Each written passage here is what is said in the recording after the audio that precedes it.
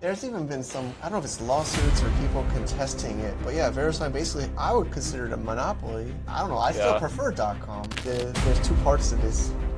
So one part is they sold some of the coin pre-sale, which Bitcoiners don't like, but most of that, they took the cash they received and gave it to nonprofits. And like GIMP, you can look it up. It's all To me, if there's one other coin besides Bitcoin that's worth looking at or that has obvious value, it's Handshake. Episode 496 of Global From Anywhere podcast. What happens when a teenage drum-flipping side hustle becomes a remote e-commerce business? From vintage drums to decentralized domains. Welcome to Global From Anywhere podcast, where the daunting process of running an international business is broken down into straight-up actionable advice. Welcome back to Global From Anywhere. I'm Mike, and today we have a story that perfectly embodies the spirit of this show, a journey that starts in a very unexpected place and ends up on the cutting edge of Web3. With me is Lisa. Hey, Mike. I'm really excited for this one. I took a look at our guest's background, and it's such a unique combination. We're talking about someone who built a business restoring vintage rock and roll drum sets and is now a digital nomad living between India and Thailand, building tools for a decentralized internet. It's a journey from the tangible world of classic percussion to the abstract world of blockchain protocols. Our guest, Zach, started his business at 15, flipping drum kits for a profit, and that passion eventually led him to explore the world and dive headfirst into the Handshake ecosystem. So we're going to hear about everything from the history of American drum manufacturing to the wild adventures of navigating visa runs in Asia, and then get a deep dive into why decentralized domains might be the future. You got it. It's a conversation about entrepreneurship, the digital nomad life, and the philosophy behind building a truly open internet. It's a story that connects the dots between a classic business hustle and the future of digital identity. Hey entrepreneurs, if you're serious about scaling your cross-border business in 2026, don't miss the Cross Border Summit happening November 3rd to 5th in Chiang Mai, Thailand. Network with speakers and fellow advanced sellers who are already navigating AI tools, tariff strategies, and new market expansion. Early bird tickets available at 2026.crossborderssummit.com. Cheers. Happy Friday. Happy Friday, everybody. So it's one of my favorite parts about the podcast. You don't got to be so formal, right? We can have some fun. Kick it here.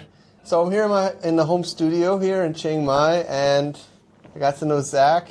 Hello. Welcome to the show. Thanks for having me. Yeah, man. So I think it's a cool show where we'll talk a little bit about your background, some of your e-com experience, some of this Handshake. I got both the banners here.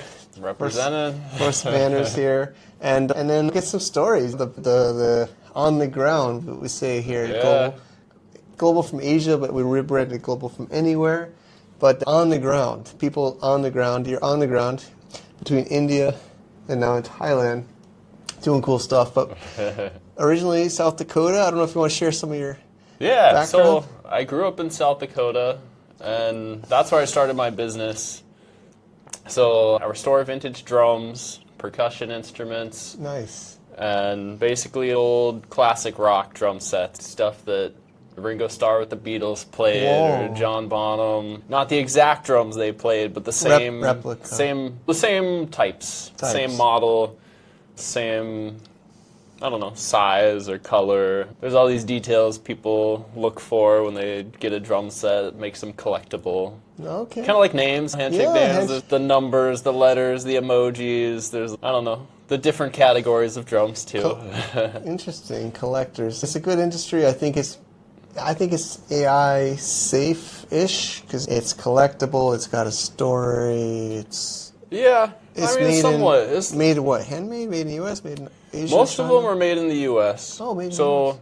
The drum history is kind of interesting too. Most early 1900s is when the modern drum developed. And it was mostly in the U.S., New Orleans, where jazz was getting going. And that's where they Originally it was a street band where one person had a bass drum, one person had a snare, one person had a cymbal, and then they combined it all into one person playing all these instruments. And then it's all from there. I kind of think of the set, you mean, right? Yeah, that's how a drum set came together. Yeah. It was in a jazz band where one person was doing each thing, like and then they just put it all together Yeah. so you could do something with your feet and your hands. And Cool. And you started this, how long, 15? yeah, so I was 15. I had a minimum wage job. I was working at a nursing home, $5.15 an hour. Oh. It was nice. It was like I could walk to it from my house. So just a 10-minute walk, put on my bow tie and my nice white shirt and black pants. But I don't know. It was like a month of work, and you'd make what, $400, I know, I'm trying to think. It $500 depends how many maybe. hours. But If you're working like part-time. part-time, so 20. But there's tax, but it's $100 a month, a week? $100 a month, maybe? Yeah, something like that. But, so I was a musician. I grew up playing violin and piano. My parents started me playing violin when I was 6. And music was always part of my life. But I never really liked the instruments I was playing too much. I was playing classical music, doing lessons, and it was okay. It was just like, it wasn't the music I listened to. I was like listening to rock and metal and prog and stuff. It was like spending all my musical energy playing classical music, which is, it's fun. It's good for learning, like good for the brain, but drums was like, I was like, this is awesome. This is so much fun. And I was like looking for the sound I wanted. And I think I bought 3 or 4 drum sets and sold them at this point. Just entry-level stuff, trying to figure out, like, I don't know, you level up as you play more and learn more. That's the way, man. That's the way. Eventually I read online, like, some drum forums, like, these boomers were talking about their favorite drums. And I came across vintage drums, and I bought a drum set. I ended up not really liking it either, but I sold it and flipped it and made, like, I think I made like $700 off what I had originally purchased it for. All right, cheers. For me, cheers. yeah, it was like 2 months of work at that point. And it took me like maybe a few days of work, like actual cleaning the thing up, like sourcing some parts it was missing. And I was like, this is fun. I'm a drummer. I like trying out the different brands and models that are out there. And even if this one wasn't for me, like there's such a variety out there that I'll put this money I made into buying the next drum set. So I did that, and it snowballed. And the next drum set was actually from Europe. It was a brand called Premier. It's made in England. I think I've heard of. I think I've seen those. Yeah, they're really nice. They also go way back, like Yeah. probably 1920s or so. I could see that. Also Germany, Sonar, they have a company that goes way back too. So it's not all American, but American, kind of England and Germany were some of the big countries making drums. But then it all changed in the late 50s, early 60s, and Japan got into the market. So all the American companies would base their product tier on these variations in hardware. Like you'd have less hardware on the drum and it'd be cheaper. You're making me think of the cars now. Yeah, Chinese it's probably cars. a similar story. Like maybe the engine was still good, Yeah, but like they, the U.S. cars and West European cars have all these add-ons and accessories, and they upsell you all this, and then the Chinese now just give you everything. Yeah, there's no choice. Full you just package, get you full always get package, the- like a huge, all the a add-ons. huge discount to price. nice, yeah. Just make one with everything and mass produce it. Yeah. Yeah, so with drums, the Japanese drum producers kind of came in with an entry-level drum set that was priced half or a third what the American companies would sell for. And so it put on this pressure on the American market, and by the 70s, most of the American companies were out of business, or their product had declined to such an extent that while the original Japanese drums product was definitely inferior, there was this switch point where the Americans companies competing with the Japanese lowered their quality enough and the Japanese companies increased their quality enough that like by the 70s they were the better quality product. And 70s and 80s they ascended to become a few of the biggest drum companies in the world were then Japanese companies. And it kind of changed the game but so what I specialize in vintage drums is the era while that was happening and before. So like I usually look at early 1900s to 1970s drums. Oh, interesting. Plus or minus. Okay. Really cool. And yeah, so you have a team in the US, right? In Midwest. Yeah, so I'm based in Michigan. I have 2 great guys there who are managing the business for me. They do all the warehouse work, packaging, shipping, doing orders, inventory. Also, they do a lot of the restoration now. So we get a drum in, like sometimes it looks like it just came out of a flood or a hurricane. You'll find these old metal drums. Other times it's like something that's been sitting in a case that hasn't been opened in 30, 40 years and it just needs kind of a polish. So there you get all states of conditions, but we deal with them all. We'll clean them up, get the rust off, get all the corrosion off, get them shiny, put new drum heads on, make them like usable and complete. So a new drummer could buy it, play it, and put decades more use into this drum. Still a quality instrument, still less money than you would get. You could probably get a medium range drum brand new for what you can get the top of the line cleaned up, restored vintage drum. Nice. So I think they're really a great deal if you're a young drummer or for anyone who wants to try drums, get into drums. I always whenever I have a friend or family who's like they want to get into drums or their kids want to get into drums, I'm like, look into vintage drums. There's definitely some models, different things to look at, but I think they're the best sounding instrument you can get for your money goes a long way.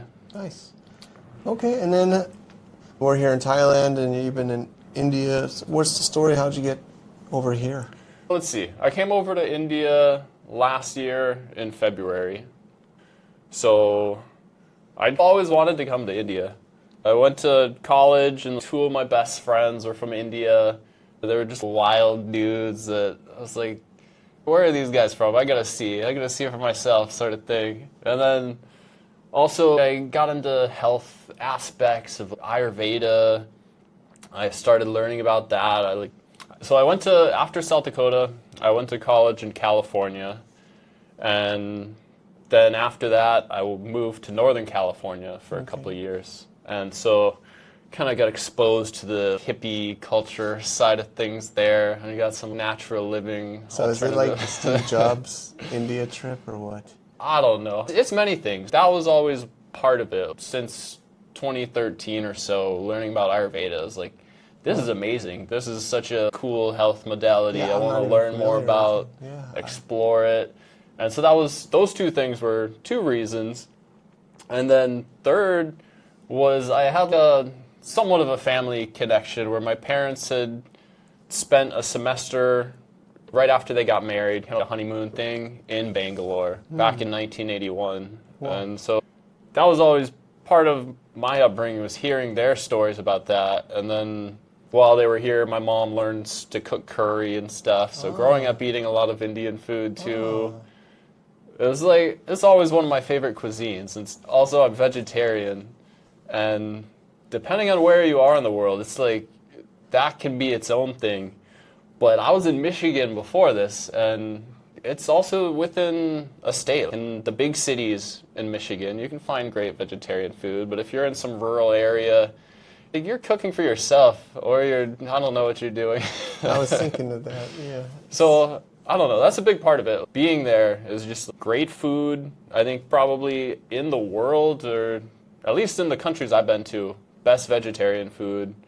It's the majority of people. It's the dominant cuisine. Okay. And then meat is more like a side thing. Whereas most other places, meat is the main thing, and you might be able to find some vegetarian food.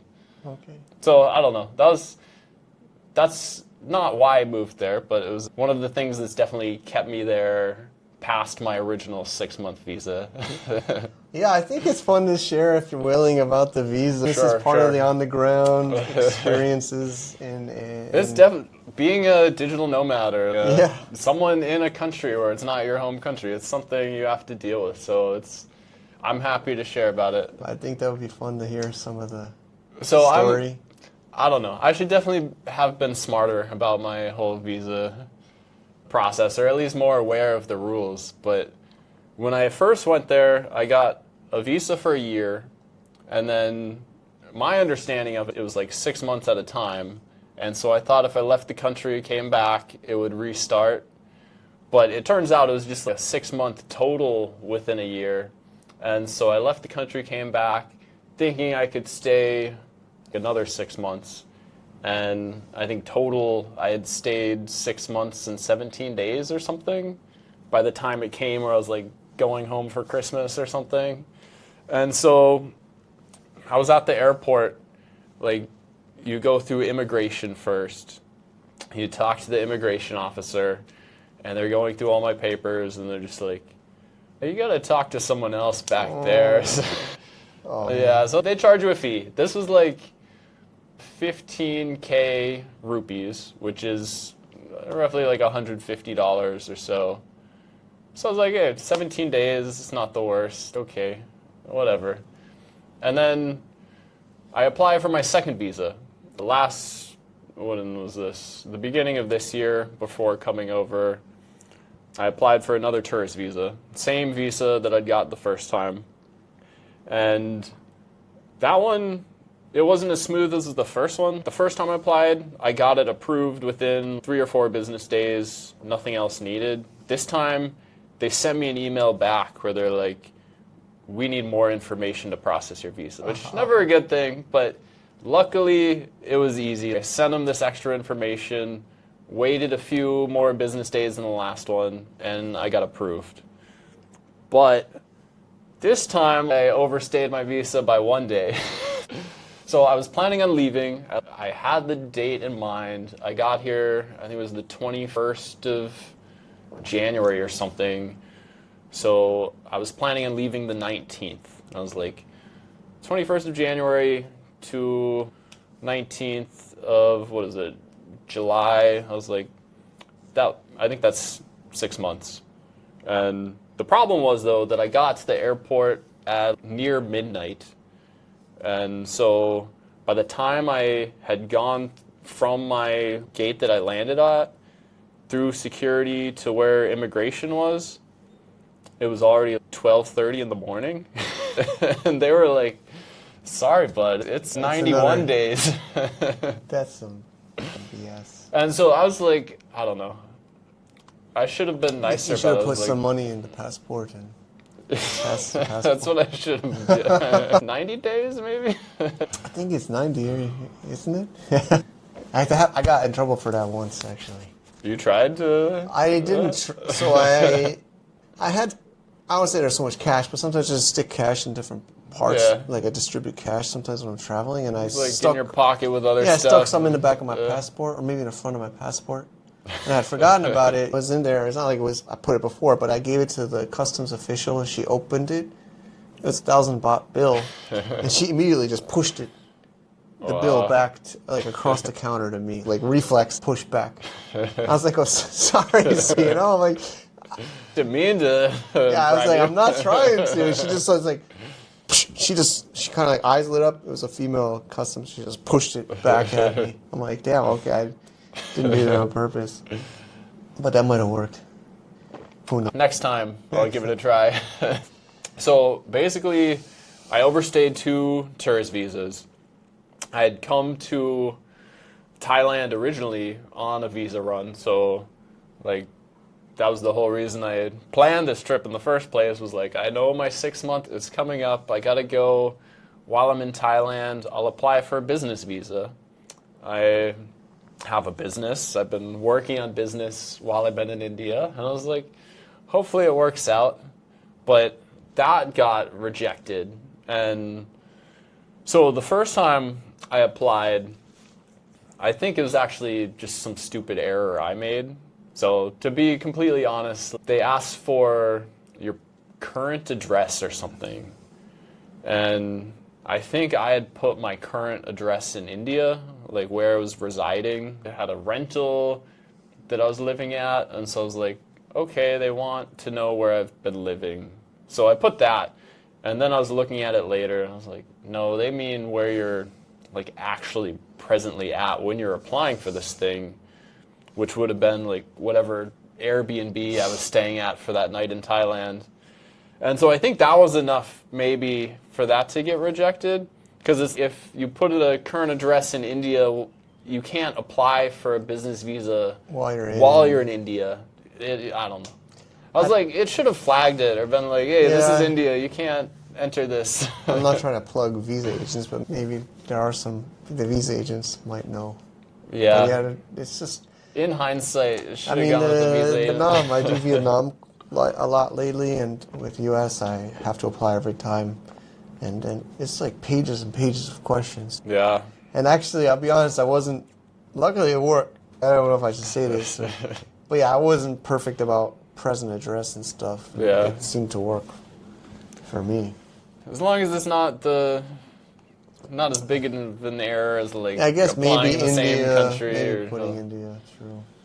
Yeah, probably fine as long as it's an address in the right country. Hang out though. Well, yeah. Yeah, no, it worked out for the best, and so I've kind of been rolling with it, and maybe this is just part of the digital nomad experience out, too. Right? Just roll with the punches. You saw some people and places the last couple of days. I think really it's worked out for the best, and at this point, it's like every once in a while you're just like, I should have done this right, or I should have planned more, or hired the agent, but then again, like maybe doing that, it wouldn't have led to this situation here in Chiang Mai for the first time. Butterfly effect. Yeah. Or everything, just destiny, or everything happens for a reason, or yeah, you never know. It's part of the story. It's part of the path. Yeah, and it's funny because I have a family friend in Chiang Mai, so my dad knew someone, and before coming to Thailand, he's like, hey, you should meet up my friend. He's been living in Chiang Mai like 8 months or so. Cool. If you're going to Thailand, hit him up. And so I hit him up, and I was going to visit. But this visit, like, if I had got approved, I went to the islands. I went to Koh Tao, Koh Phangan, and that area. What do you think of those? And it was awesome. Those are nice tourist. They're beautiful. Tourist areas, sure. Yeah, very touristy, but I understand why. They're so beautiful. I don't remember what it's called. Maybe Khao Sok. I think Khao Sok National Forest, maybe. All right. But there's I think it's Lake Wen near that, and that was definitely the highlight, I think. Like, the islands were amazing, but this, like, you go to this place where they take you on a boat and, like, boat you an hour away from wherever the starting point is to this village that's, like, a village on this river. And I guess back in the day, like some ancient kingdom, there's this mountainous area with these really cool like peaks and mountain tops, and they just flooded the whole thing.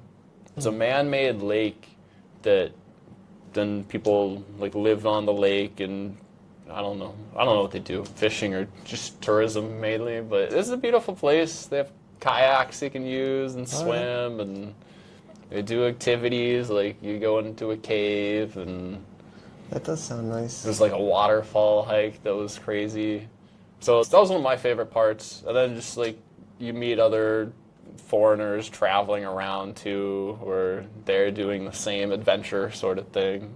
Great. So that was fun. Okay. But yeah, if it had all worked out and I had got my visa, that would have been the end of the trip. I wouldn't even have made it to Chiang Mai this trip. I was like, I wanted to see my family friend and do everything in one trip, but I was like, I don't want to rush it and pack too many things. And so I was like, I'll just meet him the next time I'm back in Thailand. But this visa thing, it all ended up working out. So there you go, man. At this point, yeah, I'm still working on the visa situation, but I'm also like, I don't know. Thailand's nice. Chiang Mai it's very peaceful, very calm, and I don't know. Thai food's growing on me too. It I've is. always liked it, but There's some good stuff here. yeah, Well- cow soy. That is, I guess they have the non-meat version, right? Or what? They do have a Yeah, so at least there's a vegetarian restaurant I found. vegetarian. It has a vegetarian cow soy. Yeah, Okay. vegetarian cow soy with some sort of Yeah, I wonder mushrooms what's that are really mushroom. good. Okay. And then I usually get it with an omelet, like an egg on the side, Yeah. so you get some protein. There you go. Cool. And then I guess we can switch it to the Handshake Web3 side, this side of the background. Yeah, But big you're also- things in Handshake. Handshake. Yeah, so we've had some shows on Global from Asia. Of course, we have the Sky Include channel too, which is a lot more tutorials. But Handshake is a alternative route to ICANN, or what would you call it, the traditional route? Yeah, or the ICANN, traditional web. domain system. Yeah. Yeah, but like how Bitcoin kind of disintermediates the Banks, banking, reserve or banks. treasuries, central banking. Yeah, Central Reserve, the Handshake disintermediates ICANN in some ways, where it's like you don't need centralized authority to grant you to approve your $200,000 so amount of money that US dollars, most individuals can't afford to get your own TLD. With Handshake, you can get a TLD and operate it yourself. For like some of them, you get these TLDs get for for pennies, nothing. for nothing, For yeah, free. for free basically. And just to be clear, I think a lot of people, we know TLD, top level domain, like right at the dot, like .com is a TLD, so com. And com, you might not know, most people don't know, you maybe know GoDaddy, right? But GoDaddy doesn't really own .com. They are a reseller or a registrar. So you go to GoDaddy or whatever, Namecheap or whatever, you buy a domain, you're paying Namecheap or GoDaddy, but they pay VeriSign. And VeriSign is a registry that owns .com, and I think they have .net and some others. And then, so it's actually kind of complicated, to be honest. I'm trying to not go so deep. Yeah, it's just But definitely a then- tangled and then, web. And then ICANN is it's technically a non-profit, but I've learned about non-profits. I think non-profits are like what's a non-profit? Yeah. Basically, a non-profit means they don't keep the profit in the company. Yeah. The money goes somewhere else. But that doesn't mean it goes to good things, right? That's Like, true, I learned this that's the true. hard way with a lot of things. And that's why, actually, if you try to do a nonprofit in a lot of countries, it's high risk. They don't let you. In Thailand, Really? high fraud. So many frauds Wow. in nonprofit. It's harder and more regulated Because to do a people nonprofit. use this as a front. Ah, Like that makes money sense. laundering or scamming or... It's like a cover they It's can like cover use. because you say I'm a nonprofit, but the profit just goes to you just salary it out. Yeah. You just pay salary or don't. I don't want to speak of other nonprofits, but I've been associated or work with nonprofits, and they just have to spend the money at the end of the year. Yeah. That's basically what a nonprofit is. Like it just Yeah, means so they don't I'm- keep profit.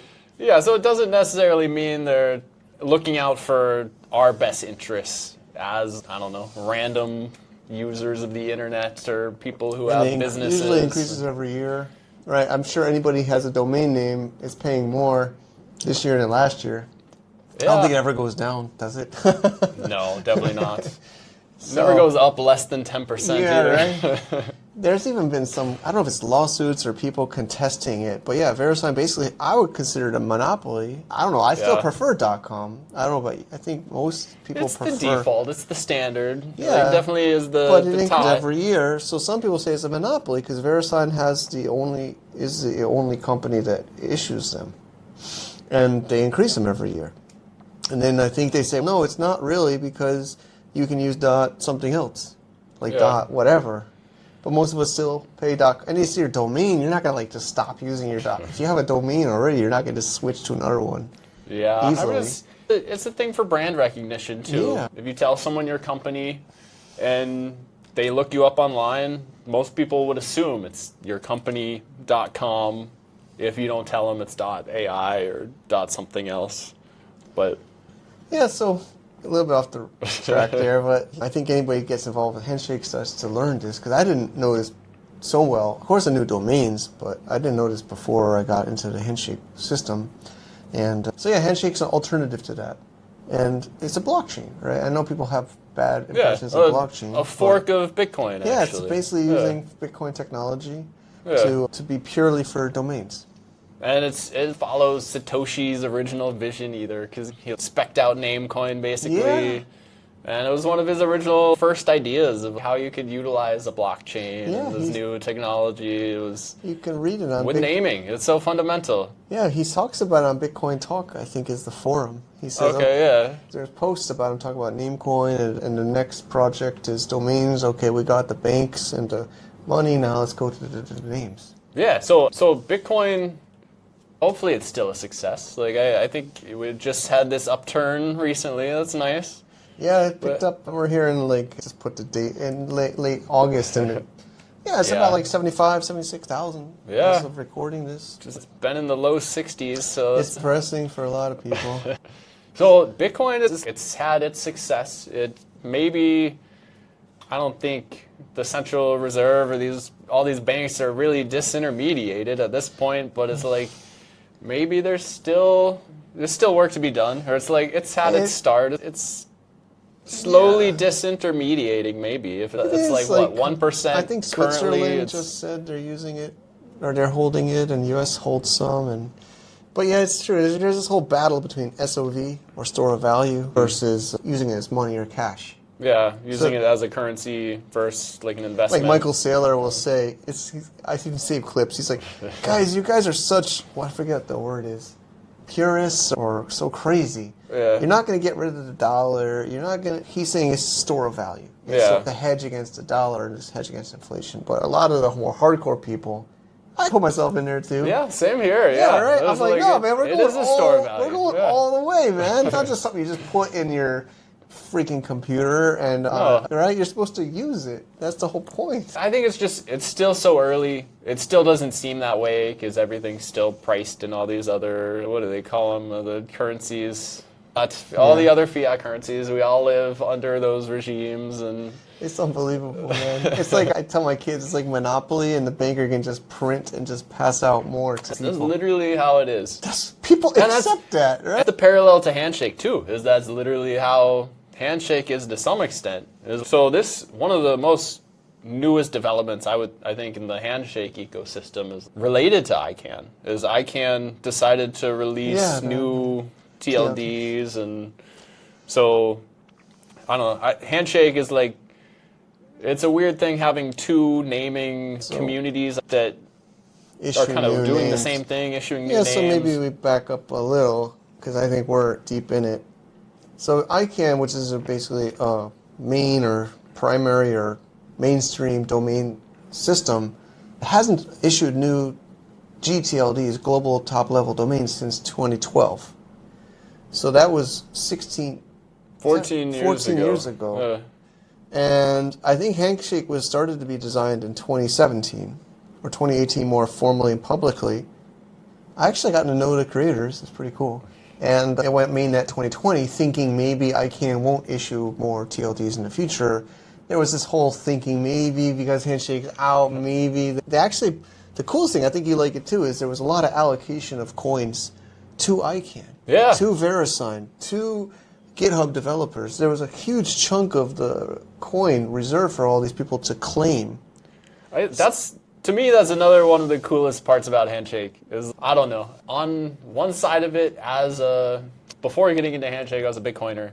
And as a Bitcoiner, it's like, you have this gut reaction to any non-Bitcoin thing. Because all the coins, that whole thing. It's true. It's like, even talking about any non-Bitcoin Handshake, it's like, you have that, it's always in the back of the mind. It's like, the Bitcoiners think it's a shit coin. They do. They don't listen to us usually. But really, it's, I don't know. To me, if there's one other coin besides Bitcoin that's worth looking at, or that has obvious value, it's Handshake.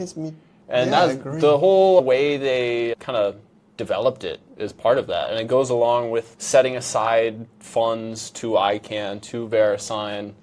The founders, the creators of Handshake, all the investments they got, they pretty much put 90 something, like a big 10 portion of it. 10,800,000, I believe, Yeah, that they raised from VCs. They gave to nonprofits and open source projects. basically It's all to documented. bootstrap the project. They're like, if you have a GitHub account with over a that certain was the amount of second thing, stars, yeah. you It's two get separate. free money, basically. Yeah. You do this transaction, you'll get Handshake. That's one, which is awesome, but there's two parts to this.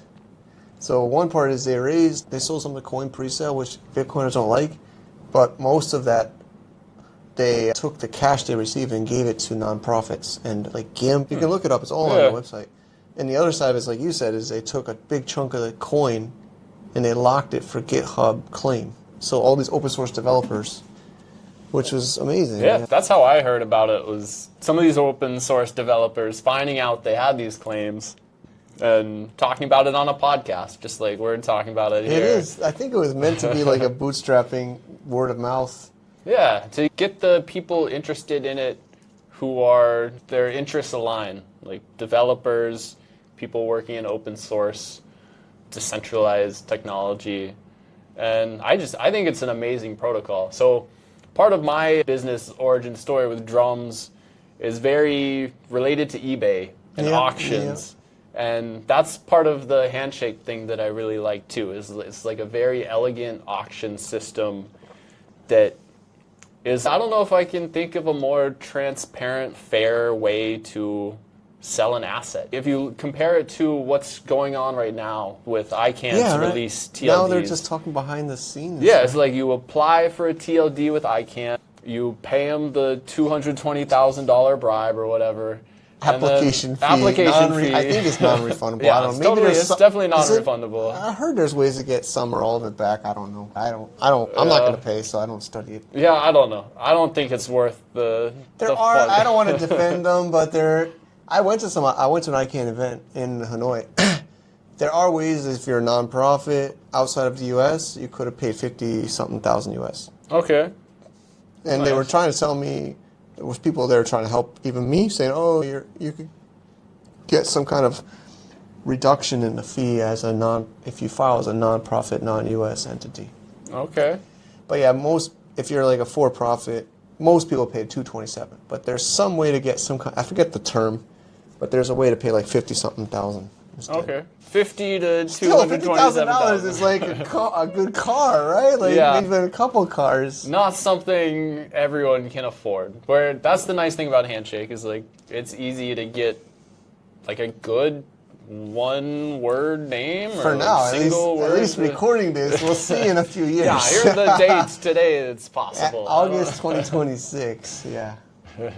Yeah, so we've been connected through that, and Yeah, I don't know. I was rambling off in the auctions. I like the elegance, and so I guess with ICANN, you apply for the TLD, and then there's some, I don't know how they determine who gets it, or I don't if know there's either. two people I who feel want like the same one. It's a balance of how much, and if they think they're worthy, or the most worthy. But basically, it goes back to you have this central authority who's determining who's worthy to get it. And the cool thing about Handshake is if you want this name and no one's bought it before, like it's available, you start this auction, and then it's a public auction where anyone can bid on it, and whoever's the high bidder gets it. Exactly. It's a Victory auction, which is different than eBay, but it's something I never heard of this auction process before. Yeah, I'd never heard of it either. But it's cool because the winner pays the second highest real bid. Yeah. Which is a little bit different because it's not just the top bidder wins and pays the top price. Yeah, so like an eBay auction, if I outbid someone, I will pay my highest bid, right? That's which is like, it has to be X dollars above the bid before me, and that's what I'll end up paying. This, it's like, instead of paying what I bid, I would pay what the next highest person bid. Which can be a huge gap. Like, I don't know about you. Yeah, some of it's free sometimes. Yeah, sometimes it can be like free. Yeah. But there's been surprises. There's a whole strategy to these. But sometimes you're just like, wow, nobody bid, because there's blind, which is another element. So there's a blind, and then you don't know. So somebody could put like 100,000, but it could be like all blind or a high blind, and you put like 30,000, and you could win, and maybe you pay 10,000 because the guy put 10,000 and 100,000. Yeah, basically a blind is a way to hide your bid. So the bids are all So you have a bid and a blind that's treated all as one lockup. Yeah. And before the reveal stage, Yeah. all anyone sees is the lockup amount. So no one knows if anyone else put all their lockup in the bid or in the blind or whatever mix in between. So it's... But I think it works out because I tell people you should bid what you're going to pay. You shouldn't really, we all do it, but we shouldn't look at the others. You just put what you're going to pay.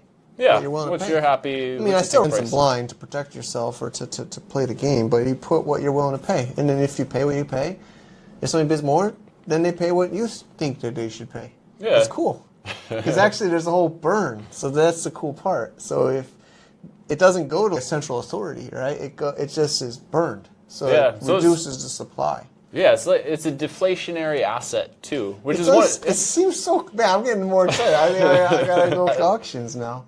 Yeah, the whole tokenomics of it is interesting. The whole game theory of it is interesting. But of course, there is criticisms, but I mean, we love it. Yeah. But some ICANN, I don't know if I told you, some ICANN applicants, a lot of the Handshake people are talking to them on Twitter, and I don't know if I should reveal who, but one of them says, "Oh yeah, I've heard of Handshake, but it looks cool, but had really low adoption." That's a fair criticism. And I guess full disclosure, it's not a name that you type in example.com. Like you have to get a resolver to resolve Handshake name. So it's like you could get an extension in your browser that then opens up the TLDs available to you so you can use Handshake ones. Yeah, So there's some steps to adoption. And yeah, it's not like it hasn't gone viral. I don't think it's had its killer app moments yet. It's so frustrating because we see these kind of high-profile people that we think like Telegram, and they applied for .gram For Graham. on ICANN, and we're like, "Hey, hello, you The Graham over we're here. We're here. You don't need to wait 2 years and pay $250,000 and probably some extra fees on top of that." But yeah, it doesn't work. But I think people here know Headless Domains is a project I started, and .agent. I put my neck out. I bought .agent. The top TLD at this secondary privately, but I was like, I want to get in throw myself into this because I know they're going to go for a lot of money. Like, if anyone's registering a new TLD, someone's going for that. .agent will definitely go, right? There's no question. So I was like, I'm going to go in, but it works now. Man, it works. Actually, people still register. Just today, somebody registered. Oh, nice. We launched it about 4 months ago. We just invested in it earlier this year. Do you want to explain more maybe you have in other videos, but the grand plan for .agent? So we picked HeadlessDomains.com for the registrar. That's where the main place you go to buy it if you wanted to buy it. The idea is, headless means, of course it sounds gruesome with some dude walking around with no head, but it's actually a technical term. A lot of people in the listening don't know what headless. I even was on another podcast, and this woman's like, "You seem to like gruesome gladiator, like Colosseum." I'm like, I do like that, but headless is actually a technical term to mean logging in without a browser. So like agents, I do headless SSO, which is single server. I don't know, it basically means you can log in with a token. I don't know how technical it get, but the point is you can tell your agent to log in. They don't, of course now they can use browsers, so if you ever watch your like Codex or your Claude, they can open up a browser, like browser use, but in my opinion, that uses a lot of tokens, and it's slower. Yeah, some overhead to that. So it's super fast if you get them to log in headlessly. I recommend it. Actually, my dev team was telling me, they're like, "How did you know that?" Because we're seeing it now. You can use a browser. The agents can use a browser, but even if they can use a browser, they're slow and they cost more. So it's way more efficient to just give them a headless login. So the idea of headless domains is you can use a domain, so I can just say, "Hey, Janice.agent," you can identity, payment, and login. So we built all of that. It's actually crazy. So you own .agent TLD, so you can register yourself, Janice.agent. So you register your through SLD. the platform, but yeah, people can buy. You can buy one. There's still a lot of good ones, but yeah, I registered it fair and square at public. I waited. But you can assign a model, or you've built your own setup where you can assign an LLM to Janus.agent. So whenever you call that agent, you're calling that model, really continuing that conversation you started with the agent. I mean, I can't claim I invented those parts, but OpenClaw, maybe you heard of, or even Codex or others. So those are agents, LLMs, and then they have a persistent memory and identity and a tool. But the difference with what you're doing is you add a name to that. Yeah. Where, like OpenClaw, you have the agent, but you don't call it with your name, or maybe it's a generic. People give them names, but they don't have a domain. You could give. I also have janusjung.com, but this is actually like a way for one agent to communicate with another agent. I didn't build a communication protocol. My friend Ian Borders built one called ARP, but you can use different protocols for communication. But I'm the identity layer. And the other thing is .agent on ICANN. We don't even know. I haven't heard anybody say that they've applied yet publicly that I've seen. It's just been a week or two. But the point is, they're going to be 2 years away. It wasn't in the LFG list. He didn't do it. I know. LFG.link, they applied for 200, 300. 300 something. Yeah. That's like, so 227,000 times 300. I don't even want to do the math. But that's how much they paid up front. Yeah, there's another company from China that applied for 200 or so. That's crazy. I don't know if it's real, because there's a few that are already like registered TLDs, I think. Oh, then that's not possible, is it? Yeah, it's not possible, because like someone already holds these TLDs and they're applying. So maybe they didn't do their full research, but the rest of them may be real. Well, I can just say I applied. Anybody can just say they applied. Hey, I applied. Here's my list. I should try that. Yeah, I don't know exactly. Someone online was like, it's a group of Chinese celebrities or something, and a third of the names they're applying for, or a third of the TLDs are Chinese character TLDs. Yeah, that's a cool thing about. I think they've already had Chinese or it's called Unicode, non-ASCII, I think. Yeah. They already have existed those. There's a few, but I don't think there's that many. Like I think the ones that are currently registered are maybe China. 10 to 20, right? Like. But I heard they don't do that well. Yeah. They don't sell that well. One thing I've talked about on Handshake more on the Sky Include channel, for those curious, I remember I made a cool one. I was talking about the future. December. It's one of my favorite videos. And I don't know if I said agents specifically, but I said I don't see these as just normal domains. I see these as like identities, usernames. But another thing I said is, actually you can buy a .agent. People pay 50 cents. I don't know how much. I think you support it. Appreciate it. Yeah, I got. Did you get it from the agent one, or did you get it from the human one? Because the human. I got the agent one. Oh, so you paid like 50 cents. Yeah, I was able to get like 10 or 20 of them or something. I did it on for purpose. $20. I don't want to say I don't want humans to buy it, but I'm built this for agents. Yeah. So you got to use the agentic payment. Building the agent rails. Yeah, I'm building this to connect with the naming. I'm not just doing another. I was even thinking about not letting humans register, or at least with the UI it's called. But I was like, yeah, I'll build a UI. But I would prefer you to use Terminal or your favorite Claude agent, AI agent, and 50 cents. 52. I picked that on purpose because the ICANN fee per year minimum, I think, is around 20-something cents. Okay. So I know that's more than 20-something cents, but there's also called a Stripe fee. How much is a Stripe fee? Probably 30 cents. cents. So that's 50 cents. Hey, there you go. So I did it to be about the same cost. I almost keep most of that 50. Not I, our company keeps almost 50 cents. We always keep all of that. But if you use that if you sold for 52 cents agent domains, you would earn maybe negative or zero.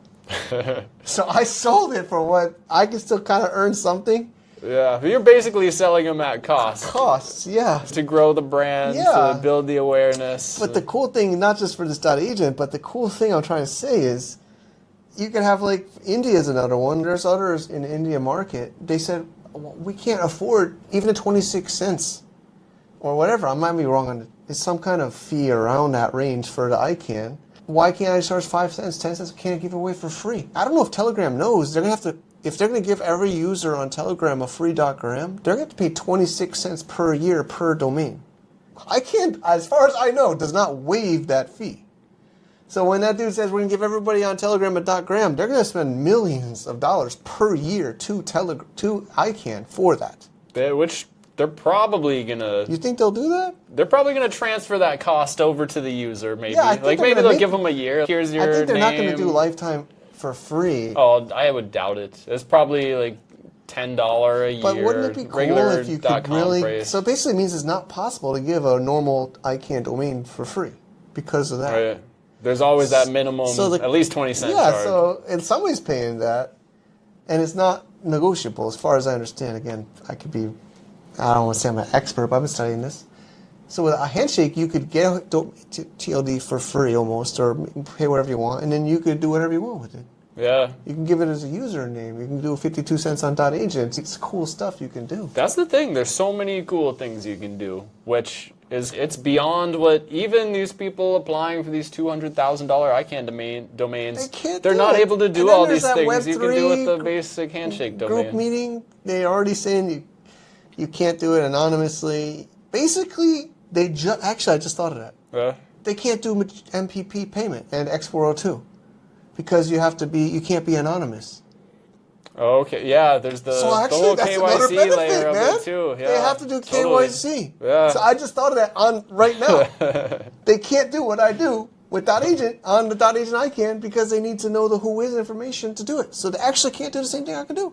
Yeah. You can register anonymously a .agent on HeadlessDomains with the Handshake domain on your terminal, but you can't. I think maybe you could do it, but you have to have it would have to say back to you got to register and you got to give your information. But with mine, you could just register it anonymously for 52 cents Path USD, which is a stable coin. Yeah. Crazy, right? Yeah. So they can't, all these barriers, and then, it's unbelievable. Also, the other stuff, like you can use a TLD as a username. Or you can use a TLD as the bear TLD. It is pretty badass, man. If you get a new TLD on ICANN, you can rent out SLDs. I think you can't host a bear TLD. I don't think you can. I think there's a couple. I think it might be AI.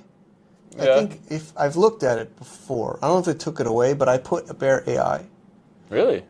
Oh. I might be wrong, or it might have even changed. But there's 2 or 3 that have a hosted TLD. Oh, okay, that's cool. I didn't realize you could do that. It was one of them. Might have been AI. I have to check. But there was a few, and I saw it. Because I'm like a geek in this Handshake community, all these people over 6 years. Yeah. But most of them don't let you host on Bear TLD. Yeah. It doesn't seem common. It's like there's no I'm telling you 2 or 3. Yeah. Out of all of them. But the other thing too is the wallet, the emojis. Emojis, I think .2 and there's another one. Can register emoji . 2 that you can do emoji SLDs. Yeah, .2 is one, and I forgot the other. Maybe even comms. I don't know. But there's all these restrictions. Basically. Yeah, out of all the new ICANN registrations or the ones they want to create in the next year or 2, I don't think there's any emoji domains. No, they don't. There's no you can't do an emoji TLD. Yeah, and you can't do a less than a 3-letter. It has to be 3 or above. Yeah. So that's why in Handshake we all like the single or the what's freaking hard. Yeah, or they're the rare. 2-letter, because they're 2 letters in the normal domains. People don't know this, man. I didn't know this. The 2 letters in the normal domains like .co, you think is so cool, but it's Colombia. I'm pretty sure. Yeah, they all are. Country. They're tied to a company. 2-letter .io is the island, the Indonesian something Indian islands or. Indonesia. I don't know. I heard there was even people scared it was going to go away because it merged with, say, the UK. That country group of islands merged, and they thought they were going to dissolve the thing, and people thought they were going to lose their IO domains. I think they sorted it out because obviously it's a huge cash machine. Yeah. The countries get a piece of that. I don't know the deal. But they get a piece of that. Some companies. AI, man, that's not a freaking company. That's a country. I forget. The country in control of AI. That's that's their new top machine, business. That's bigger than the tourism industry so expensive. now. I think it's $100 a year. It's a lot, and it keeps increasing. For AI? AI domains are expensive. Yeah, they charge. It's a minimum 2 years. Too. Yeah.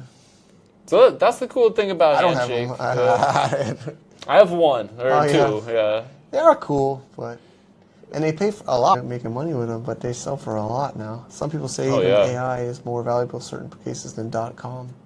For certain words, for those tech words, it might be the better one now even. I know out of all the non.com traditional TLDs, .AIs. It's definitely taking that number 2 spot. Great, man. We've been going on. I think this is fun. I'll probably make just a Sky Include channel session if you're. I'll probably use it for maybe both or parts of it. However you want to use it is good. Man, it's been fun to have you, and I'm getting all hyped again. And, getting pumped up about Handshake. And you're building on Handshake. I don't know if you want to. Yeah, so I started building a tool for bidding. So another thing that if you're into Handshake I'm sure aware of is the main tools, the main websites that most people used in Handshake have disappeared. So Namebase was like where 99% of the community held their names. Like it's probably for the best. They were a centralized authority. Now everyone's using decentralized tools. Because you're like, oh, we're just decentralized domains, but we're all using the centralized registry. You develop a beautiful decentralized permissionless technology, and you all agree, we're just going to use. You could argue the same for Bitcoin with Coinbase, Binance, right? In a way, it's very similar. Yeah, it's like all Bitcoiners keeping their Bitcoin on Coinbase. And Coinbase, and them being like, that's how it was. And so, for better or worse, that phase of Handshake has ended. And so the whole, I don't know, the market, but the community is in a little, it's like, where's a new place to go?